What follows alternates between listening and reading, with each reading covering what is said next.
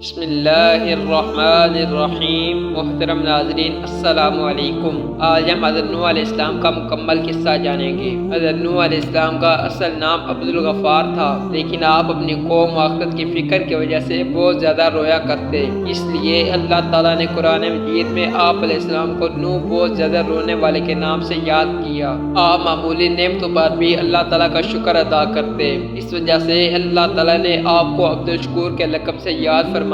حضرت آدم علیہ السلام کے بعد مشہور انبیاء میں سے ایک حضرت نوح علیہ السلام ہیں۔ آپ کی ولادت حضرت آدم علیہ السلام کی وفات سے 126 سال بعد ہوئی۔ آپ علیہ السلام کو 1000 سال عمر ملی۔ ان میں سے 950 سال تک آپ نے اپنی قوم کو نصیحت کی۔ بنی اسرائیل کی آیت نمبر 3 میں ہے کہ بے شک وہ نوح علیہ السلام ہمارا شکر گزار بندہ تھا۔ حضرت نوح علیہ السلام کا اللہ رب العزت نے قرآن مجید میں 43 مقامات پر ذکر فرمایا، اور قرآن مجید کے ایک سورہ نوح کا نام بھی آپ علیہ السلام کے نام پر ہے۔ اللہ تعالیٰ نے حضرت آدم علیہ السلام کی اولاد میں خوب برکت فرمائی، اور اولاد آدم میں سے بستیاں آباد ہوئیں۔ تمام لوگ سابقہ انبیاء علیہ السلام کی تعلیمات کے مطابق صرف اللہ تعالیٰ کی عبادت کرتے اور اس کے ساتھ کسی کو شریک نہ ٹھہراتے۔ اولاد آدم کا اللہ تعالیٰ کی عبادت کرنا شیطان پر بہت گرا گزرتا تھا، اور وہ سوچ میں تھا کہ کسی نہ کسی طرح اولاد آدم کو گمراہی میں مبتلا کر کے اللہ سبحانہ اللہ تعالیٰ کی رحمت سے دور کیا جائے۔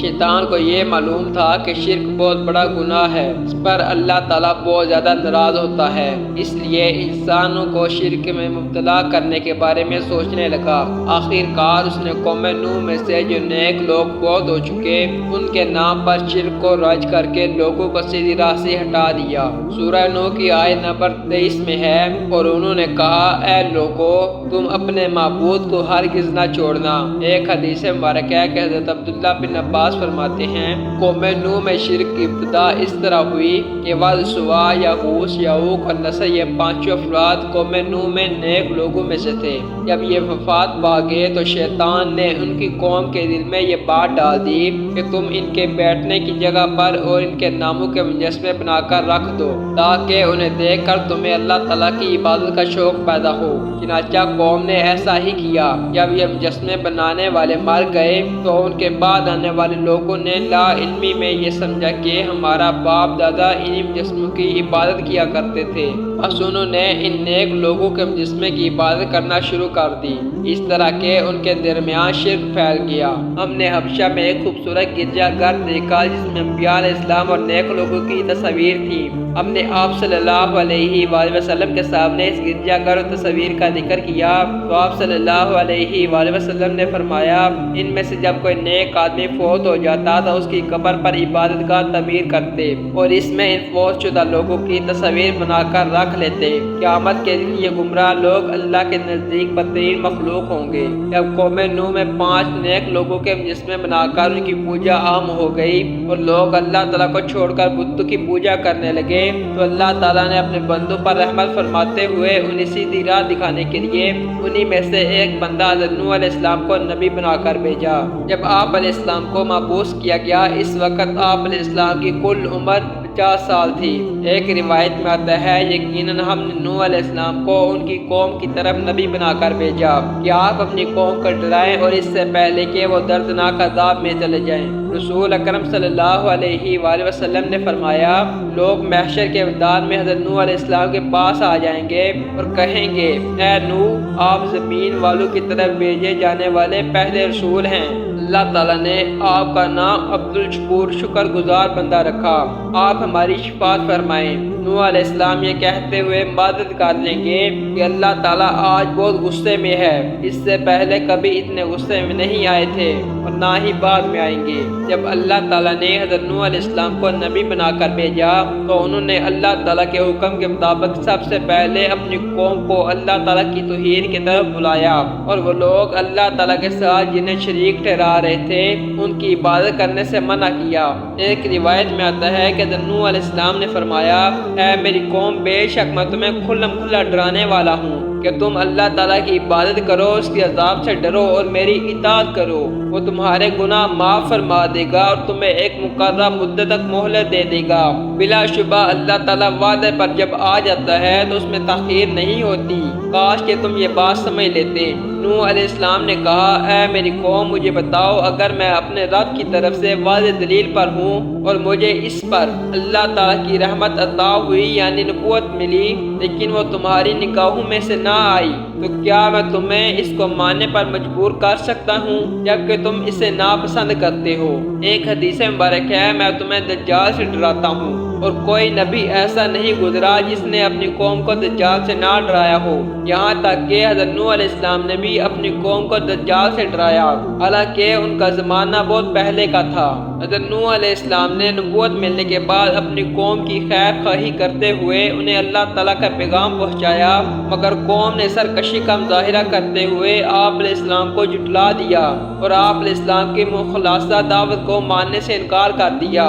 اور آپ علیہ السلام کے نبی ہونے پر بھی مختلف شبہات کا اظہار کیا کہ تم تو ہماری طرح کے انسان ہو، تم ہمارے بجائے نبوت کے حقدار کیسے بن گئے؟ قوم کے سرداروں میں سے کسی نے بھی تمہاری پیروی نہیں کی، تمہاری پیروی صرف معاشرے کے غریب، کم عقل اور بیوقوف لوگوں نے کی ہے، تمہارے پیروکار میں سے کوئی بھی ایسی خوبی نظر نہیں آتی جو ہم میں نہ ہو، پھر تم کیسے نبی بن گئے؟ ایک روایت میں ہے کہ حضرت نوح علیہ السلام کی قوم کے کافر سرداروں نے کہا اے نوح ہم تو تمہیں اپنا ہی جیسا انسان سمجھتے ہیں اور ہم یہ بھی دیکھتے ہیں کہ ہماری قوم میں سے صرف انہی لوگوں نے بغیر سوچے سمجھے آپ کی پیروی کی ہے جو کم درجہ کے کم سمجھنے والے ہیں، اور ہم یہ بھی دیکھتے ہیں کہ تمہیں ہم پر کوئی فضیلت نہیں بلکہ ہم تو تمہیں جھوٹا سمجھتے ہیں۔ نوح علیہ السلام کی قوم کے کافر سرداروں نے صاف کہہ دیا کہ یہ تو تمہارے ہی جیسا انسان ہے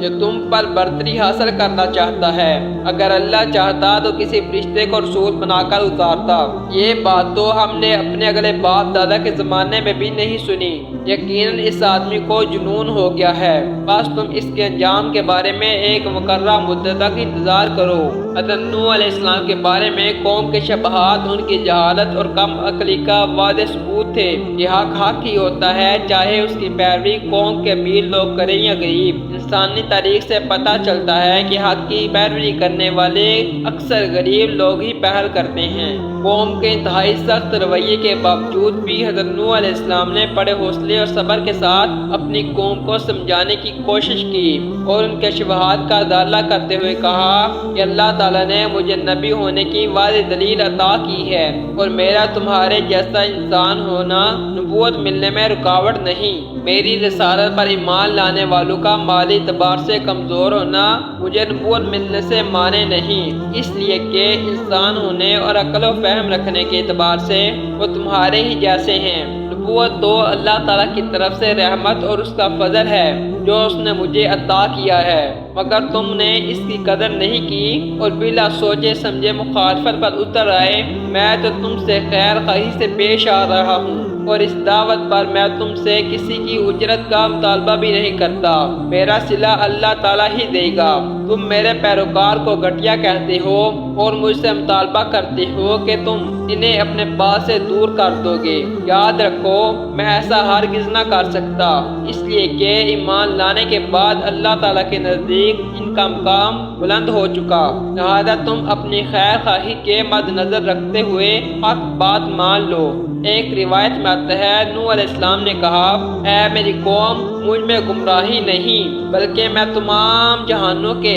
رب کا بھیجا ہوا رسول ہوں، میں تو تمہیں اپنے پروردگار کا پیغام پہنچاتا ہوں، تمہاری خیر خواہی کرتا ہوں اور میں اللہ تعالیٰ کی طرف سے وہ باتیں جانتا ہوں جو تمہیں معلوم نہیں۔ حضرت نوح علیہ السلام نے کہا سنو بے شک میں تمہارے لیے امانت دار رسول ہوں، لہذا تم اللہ سے ڈرو اور میری اطاعت کرو، اور میں کوئی صلہ اجرت نہیں مانگتا، میرا صلہ تو اللہ رب العزت کی ذات کے پاس ہے، بس تم اللہ کے عذاب سے ڈرو اور میری فرما برداری کرو۔ اور اے نبی صلی اللہ علیہ وآلہ وسلم انہیں نوح علیہ السلام کا قصہ پڑھ کر سنائیے جب انہوں نے اپنی قوم سے فرمایا اے میری قوم اگر تمہیں میرا رہنا اور احکام الہی کی نصیحت کرنا بھاری معلوم ہوتا ہے تو یاد رکھو کہ میرا اللہ تعالیٰ ہی پر بھروسہ ہے، پھر تمہارا فیصلہ تم میں سے کسی سے پوشیدہ نہ رہے، پھر میرے ساتھ وہ کار گزرو اور مجھے مہلت بھی نہ دو۔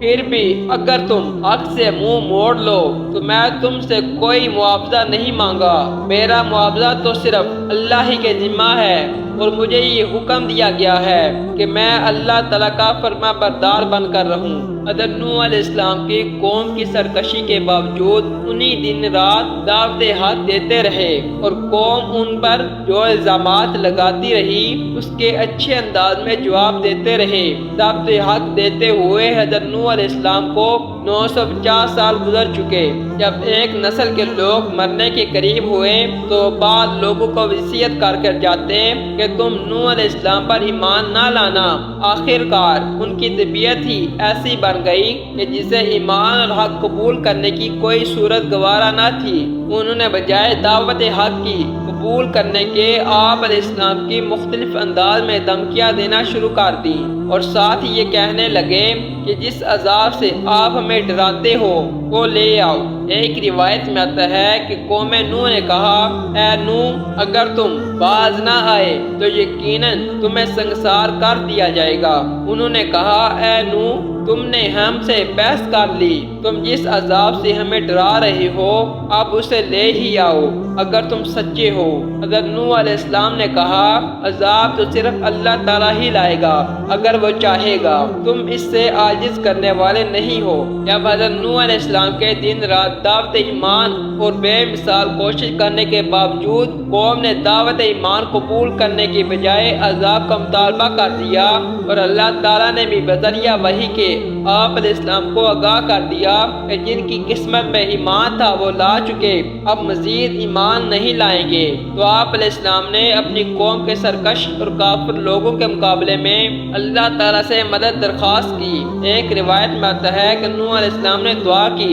اے میرے رب میری قوم نے مجھے جھٹلا دیا، اب میرے اور میری قوم کے درمیان فیصلہ فرما دے، اور مجھے اور مومن ساتھیوں کو اس سے نجات عطا فرما۔ اور بلا شبہ نوح علیہ السلام نے ہمیں پکارا، ہم نے انہیں اور ان کے گھر والوں کو بڑی مصیبت کے عذاب سے بچا لیا، اور نوح علیہ السلام کو بھی جب انہوں نے اس انبیاء علیہ السلام سے پہلے ہمیں پکارا تو ہم نے ان کی دعا قبول فرما لی، اور انہیں ان کے گھر بیٹھنے والوں کو بہت بڑی مصیبت سے نجات عطا فرمائی۔ حضرت نوح علیہ السلام نے اللہ عز و جل سے اپنے لیے مدد کی درخواست کی تو اللہ تعالیٰ نے فوراً قبول فرماتے ہوئے آپ علیہ السلام کو ایک کشتی بنانے کا حکم دیا۔ ایک روایت میں آتا ہے کہ ہم نے نوح علیہ السلام کی دعا قبول فرمائی اور اس نوح علیہ السلام کی قوم کے خلاف مدد کی جنہوں نے ہماری آیات کو جھٹلا دیا، یقیناً وہ بہت بڑے برے لوگ تھے۔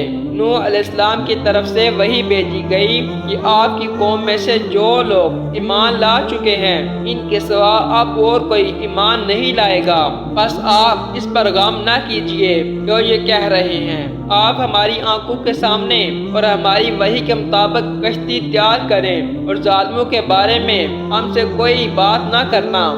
نوح علیہ السلام اللہ تعالیٰ کے حکم کے مطابق ایک ایسے میدان میں کشتی تیار کرنے لگے جس کے قرب و جار میں دور دور تک کشتی چلانے کے لیے پانی موجود نہیں تھا۔ آپ علیہ السلام کی قوم کے کافر لوگ جب آپ کے پاس سے گزرتے تو آپ علیہ السلام کا مذاق اڑاتے اور کہتے کہ یہاں تو دور دور تک پانی موجود ہی نہیں اور آپ پانی میں چلانے کے لیے کشتی بنا رہے ہیں۔ ان قوم نوح کے تصور میں بھی نہ تھا کہ اللہ تعالیٰ نے انہیں پانی میں غرق کرنے والا ہے۔ آپ علیہ السلام نے انہیں جواب دیتے ہوئے کہا کہ جس طرح آج تم ہمارا مذاق اڑا رہے ہو اسی طرح ایک دن تمہارا بھی مذاق اڑایا جائے گا، اور تمہیں بہت جلد معلوم ہو جائے گا کہ اللہ تعالیٰ کے غضب کا شکار کون ہوتا ہے۔ ایک روایت میں ہے کہ وہ نوح علیہ السلام کشتی بنانے لگے اور جب ان کی قوم کے سردار ان کے پاس سے گزرتے تو ان کا مذاق اڑاتے اور نوح علیہ السلام کہتے اگر تم ہمارا مذاق اڑا رہے ہو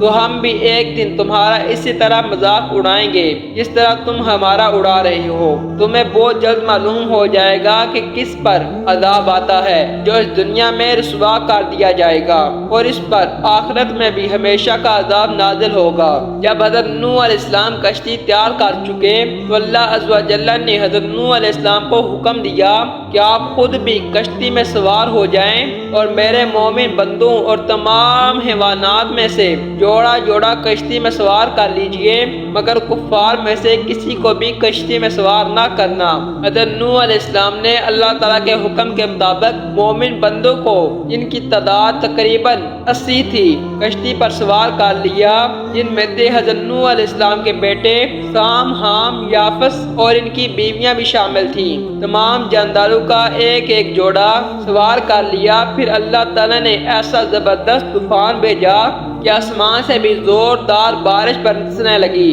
اور زمین میں بھی پانی ابلنے لگا۔ چند لمحات کے اندر پانی اتنا زیادہ ہو گیا کہ اللہ تعالیٰ کے حکم سے کشتی تیرنے لگی۔ ایک روایت میں ہے کہ یہاں تک کہ جب ہمارا حکم آ پہنچا اور تنور سے پانی ابلنے لگا تو ہم نے کہا، اے نوح علیہ السلام، اس کشتی میں سے ہر قسم کے جانوروں کا ایک ایک جوڑا نر اور مادہ سوار کر لو اور اپنے گھر والوں کو بھی، سوائے ان کفار کے جن کے بارے میں غرق ہونے کا حکم آ پہنچا، اور تمام ایمان والوں کو بھی سوار کر لو۔ اور اس نوح علیہ السلام پر بہت ہی کم ایمان لانے والے تھے۔ جب حضرت نوح علیہ السلام کشتی میں مومنین کے ساتھ سوار ہو گئے تو ہم نے آسمان کے دروازے بارش کے ساتھ کھول دیے، بس یہ زمین و آسمان کا سارا پانی قوم نوح کی ہلاکت کے لیے جمع ہو گیا جو مقدر ہو چکا تھا، اور ہم نے اس نوح علیہ السلام اور مومنوں کو تختوں اور کیلوں سے بنی ہوئی کشتی پر سوار کر دیا جو ہماری نگاہ کے سامنے چل رہی تھی۔ یہ عذاب کفار کے برے اعمال کا بدلہ تھا۔ اے نوح علیہ السلام، پھر جب آپ اور آپ کے ساتھی کشتی میں اطمینان سے سوار ہو جائیں تو اللہ تعالیٰ کا شکر ادا کرنا اور کہنا کہ سب تعریفیں اللہ ہی کے لیے ہیں جس نے ہمیں ظالم لوگوں سے نجات عطا فرمائی، اور کہنا، اے میرے رب، مجھے کسی بابرکت جگہ اتار دینا، اور آپ ہی سب سے بہتر جگہ پر اتارنے والے ہیں۔ جب قوم نوح پر سخت طوفان آیا اور ہر طرف پانی پانی ہو گیا، قوم نوح کے سرکش افراد پانی میں ڈوب کر ہلاک ہو گئے، طغیانی کے باوجود بھی حضرت نوح علیہ السلام کی کشتی موجوں میں صحیح و سالم چل رہی تھی، اس لیے کہ اس کا حافظ اللہ تعالیٰ تھا۔ ایک روایت میں ہے، بے شک جب پانی کے طوفان میں طغیانی آ گئی تو ہم نے تمہیں نوح علیہ السلام کو کشتی میں سوار کر لیا تاکہ اس واقعہ کو تمہارے لیے نصیحت بنا دیں۔ وہ کشتی انہیں پہاڑوں میں جیسی موجوں میں لے کر چل رہی تھی۔ پھر انہوں نے کفار نے اس نوح علیہ السلام کو جھٹلایا تو ہم نے اس نوح علیہ السلام اور ان کے لوگوں کو نجات دی جو ان کے ساتھ کشتی میں سوار تھے، اور انہیں زمین کا وارث بنا دیا، اور ہم نے ان لوگوں کو غرق کر دیا جنہوں نے ہماری آیات کو جھٹلایا تھا۔ بس آپ دیکھ لیجئے ان لوگوں کا کیسا انجام ہوا جنہیں ڈرایا گیا تھا۔ حضرت نوح علیہ السلام کی کشتی اللہ تعالیٰ کی حفاظت میں چل رہی تھی۔ اسی دوران آپ علیہ السلام نے اپنے مشرک بیٹے یام، جس کا لقب کنعان تھا، اس کو آواز دی کہ آؤ، آپ بھی ہمارے دین میں شامل ہو کر ہمارے ساتھ کشتی میں سوار ہو جاؤ۔ بیٹے نے اس نازک موقع پر بھی اپنے باپ کی دعوت کو رد کر دیا اور اپنے ہاتھوں سے اپنی ہلاکت کو مول لیا۔ ایک روایت میں ہے، اور نوح علیہ السلام نے اپنے بیٹے یام، جس کا لقب کنعان تھا، اس کو پکارا جو ان سے دور کچھ فاصلے پر الگ دلگ تھا، اے میرے بیٹے، میرے ساتھ سوار ہو جاؤ اور کفار کے ساتھ نہ رہ جاؤ۔ اس نوح علیہ السلام کے بیٹے نے جواب دیا کہ میں کسی بڑے پہاڑ کی طرف پناہ لے جاؤں گا، وہ مجھے پانی میں ڈوبنے سے بچا لے گا۔ نوح علیہ السلام نے بیٹے کو سمجھاتے ہوئے کہا، آج اللہ کے حکم پر عذاب سے کوئی بچ نہ سکے گا، صرف وہی بچیں گے جس پر اللہ تعالیٰ کا رحم ہوگا۔ اسی وقت ان دونوں کے درمیان موج حائل ہوگی اور وہ ڈوبنے والوں میں بھی ہو گیا۔ حضرت نوح علیہ السلام نے اپنے مشرک بیٹے کو کشتی پر سوار کرنا چاہا لیکن اس نے انکار کر دیا۔ پھر آپ علیہ السلام نے اپنی آنکھوں سے اسے موجوں میں ڈوبتے ہوئے دیکھا تو اللہ تعالیٰ نے اسے بچانے کی درخواست کی، جس پر اللہ تعالیٰ نے ناراضگی کا اظہار فرمایا، اس لیے کہ اللہ تعالیٰ کے نزدیک شرک بہت بڑا گناہ ہے۔ ایک اور روایت میں ہے کہ حضرت نوح علیہ السلام نے اپنے پروردگار کو پکارتے ہوئے کہا، اے میرے رب، میرا بیٹا میرے گھر والوں میں سے ہے، یقیناً آپ کا وعدہ بالکل سچا ہے اور آپ تمام حاکموں سے بہتر حاکم ہیں۔ اللہ تعالیٰ نے فرمایا، اے نوح، یقیناً وہ آپ کے خاندان میں سے نہیں، اس کے اعمال اچھے نہیں، آپ کو مجھ سے وہ چیز مانگنی چاہیے جس کا آپ کو علم نہ ہو، میں آپ کو نصیحت کرتا ہوں کہ آپ جاہلوں میں شامل نہ ہوں۔ نوح علیہ السلام نے کہا، اے میرے رب، میں آپ کی پناہ چاہتا ہوں اس بات سے کہ آپ سے وہ چیز مانگوں جس کا مجھے علم ہی نہ ہو۔ اگر آپ مجھے نہیں بخشے اور مجھ پر رحم نہیں فرمائیں گے تو میں خسارہ پانے والوں میں بھی شامل ہو جاؤں گا۔ اور ایک اور روایت میں ہے، آسمان سے شدید بارش اور زمین سے پانی کے فوارے نکلنے پر زمین پر بہت سا پانی اکٹھا ہو گیا، اس پر تمام کفار ڈوب گئے، صرف وہی لوگ بچے جو حضرت نوح علیہ السلام کے ساتھ کشتی پر سوار تھے۔ تو اللہ تعالیٰ نے زمین کو حکم دیا کہ جو بھی تمہارے اوپر پانی ہے اسے پی جاؤ، اور آسمان کو حکم دیا کہ بارش کا پانی برسانا بند کر دو۔ دونوں نے اللہ تعالیٰ کے حکم کی تعمیل کی، زمین کا پانی کم ہونا شروع ہو گیا اور پہاڑوں کی چوٹیاں نظر آنے لگی۔ حضرت نوح علیہ السلام کی کشتی جودی پہاڑ پر جا ٹھہری جو عراق کا شہر موصل کے قریب ہے۔ اللہ تعالیٰ نے حضرت نوح علیہ السلام سے فرمایا کہ اب آپ سلامتی کے ساتھ کشتی سے زمین پر اتر جائیں، اور آپ پر اور آپ کے مسلمان ساتھیوں پر اللہ تعالیٰ کی برکتوں اور رحمتوں کا سایہ رہے گا، اور ان میں سے کچھ کی نسلوں میں سے ایسے لوگ پیدا ہوں گے جو آگے چل کر کفر کی راہ اختیار کر لیں گے، ان کا مقصود دنیا کا عیش و آرام ہوگا، ہم انہیں دنیا سے فائدہ اٹھانے کا موقع دیں گے لیکن آخر کار انہیں دردناک عذاب سے دوچار ہونا پڑے گا۔ ایک روایت میں ہے، اے زمین اپنے پانی کو نگل جا اور اے آسمان برسنے سے رک جا۔ اسی وقت پانی خشک ہو گیا اور کفار کا کام تمام ہو گیا، اور کشتی جودی پہاڑ جو عراق میں موصل شہر سے کچھ فاصلے پر ہے اس پر جا ٹھہری، اور فرما دیا گیا کہ ظالم لوگوں کے لیے اللہ تعالیٰ کی رحمت سے دوری ہو۔ اللہ تعالیٰ نے نوح علیہ السلام کی طرف وحی کی، اے نوح، ہماری جانب سے سلامتی و برکات کے ساتھ کشتی سے اتر جائیں، اور آپ پر اور آپ کے ساتھ جو مومنین ہیں ان پر ہماری برکتیں نازل ہوں گی، اور کچھ قوموں کو ہم نے دنیا میں جو فائدہ پہنچائیں گے لیکن پھر آخرت میں ہماری طرف سے انہیں دردناک عذاب پہنچے گا۔ اللہ تعالیٰ نے حضرت نوح علیہ السلام اور مومنین کو شکر ادا کرنے کا حکم دیا کہ کشتی کو ان کے لیے مستخر فرمایا تھا، اور بعد میں آنے والے لوگوں کے لیے اس واقعہ کو عبرت بنا دیا۔ ایک روایت میں ہے، اور وہی ہے جس نے یہ تمام جوڑے پیدا کیے اور تمہارے لیے کشتیاں بنائی، اور جو پائے جانور پیدا کیے جن پر تم سوار ہوتے ہو تاکہ تم ان کی پیٹھ پر سواری کر سکو، پھر جب ان کی پیٹھ پر اچھی طرح بیٹھ جاؤ تو اپنے رب کی نعمت کو یاد کرو اور کہو، پاک ہے وہ اللہ جس نے ان سواریوں کو ہمارے تابع بنا دیا، ورنہ ہم انہیں قابو میں نہ لا سکتے، بے شک ہمیں ایک دن اپنے رب کی طرف ہی لوٹنا ہے۔ حضرت نوح علیہ السلام نے اپنی قوم کو اللہ تعالیٰ پر ایمان لانے کی تلقین کی، مگر قوم پھر بھی ایمان نہ لائی، یہاں تک کہ آپ علیہ السلام کا حقیقی بیٹا یام بھی عذاب الہی کا شکار ہو گیا۔ اسی طرح آپ علیہ السلام کی بیوی بھی ایمان نہ لانے کی وجہ سے عذاب الہی کی مستحق ٹھہری۔ فرمان الہی ہے، اللہ نے کفار کے لیے نوح اور لوط علیہ السلام کی بیویوں کی مثال دی ہے، یہ دونوں ہمارے دو نیک بندوں کے نکاح میں تھیں، مگر ان دونوں نے اپنے شوہروں کی خیانت کی تو وہ شوہر اللہ کے مقابلے میں ان کے کچھ کام نہ آ سکے، اور ان بیویوں سے کہہ دیا گیا کہ تم دونوں بھی جہنم میں داخل ہونے والوں کے ساتھ داخل ہو جاؤ۔ رسول اکرم صلی اللہ علیہ وآلہ وسلم نے ایک مرتبہ اپنے خاندان کو جمع کر کر ایک ایک سے مخاطب ہو کر فرمایا، اے مروہ بن کعب کی اولاد، اے عبد شمس کی اولاد، اے عبد مناف کی اولاد، اے ہاشم کی اولاد، اے عبد المطلب کی اولاد، اے فاطمہ، ایمان لا کر اور نیک اعمال کر کر اپنے نفسوں کو جہنم کی آگ سے بچا لو، میں اللہ تعالیٰ کے ہاں تمہارے کسی کام نہ آ سکوں گا۔ اللہ سبحان اللہ تعالیٰ نے کفار کو ہلاک کرنے کے بعد زمین کو خشک کر کے رہنے کے قابل بنا دیا، اور آپ علیہ السلام کی اولاد جو کشتی میں آپ علیہ السلام کے ساتھ سوار تھی ان سے انسانی نسل کو باقی رکھا۔ سام کی نسل سے عربی، فارسی اور رومی وجود میں آئے۔ یافس کی نسل سے ترک، کالبا اور یاج اور یاجوج ماجوج پیدا ہوئے، اور حام کی نسل سے قبطی، سوڈانی، بربر اقوام میں وجود میں آئیں۔ حضرت نوح علیہ السلام کے دور میں آنے والے طوفان سے سوائے کشتی میں سوار افراد کے تمام لوگ ہلاک ہو گئے تھے۔ ان سے آگے پھر انسانی نسل کا سلسلہ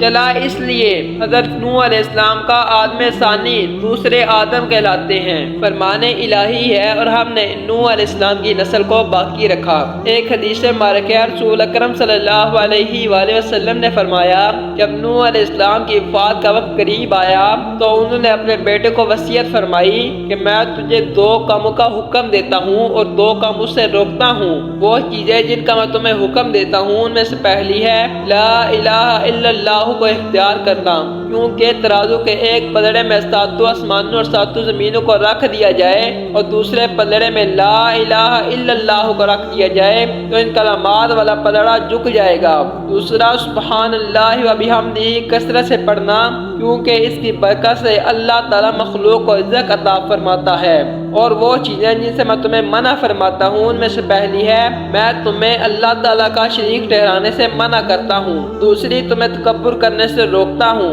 عبداللہ بن عمر رضی اللہ عنہما کہتے ہیں، میں نے عرض کیا اے اللہ کے رسول، شرک سے تو ہم واقف ہیں، لیکن تکبر کا کیا مطلب ہے؟ کیا اچھے جوتے پہننا، اچھا لباس پہننا، سواری کے لیے اچھا جانور رکھنا، یا اس کے پاس کثرت سے دوستوں کی آمد و رفت کا رہنا تکبر ہے؟ آپ صلی اللہ علیہ وآلہ وسلم نے فرمایا نہیں۔ میں نے عرض کیا پھر تکبر کیا ہوتا ہے؟ آپ صلی اللہ علیہ وآلہ وسلم نے فرمایا حق کی حقیقت کا انکار کرنا اور لوگوں کو حقیر جاننا تکبر ہے۔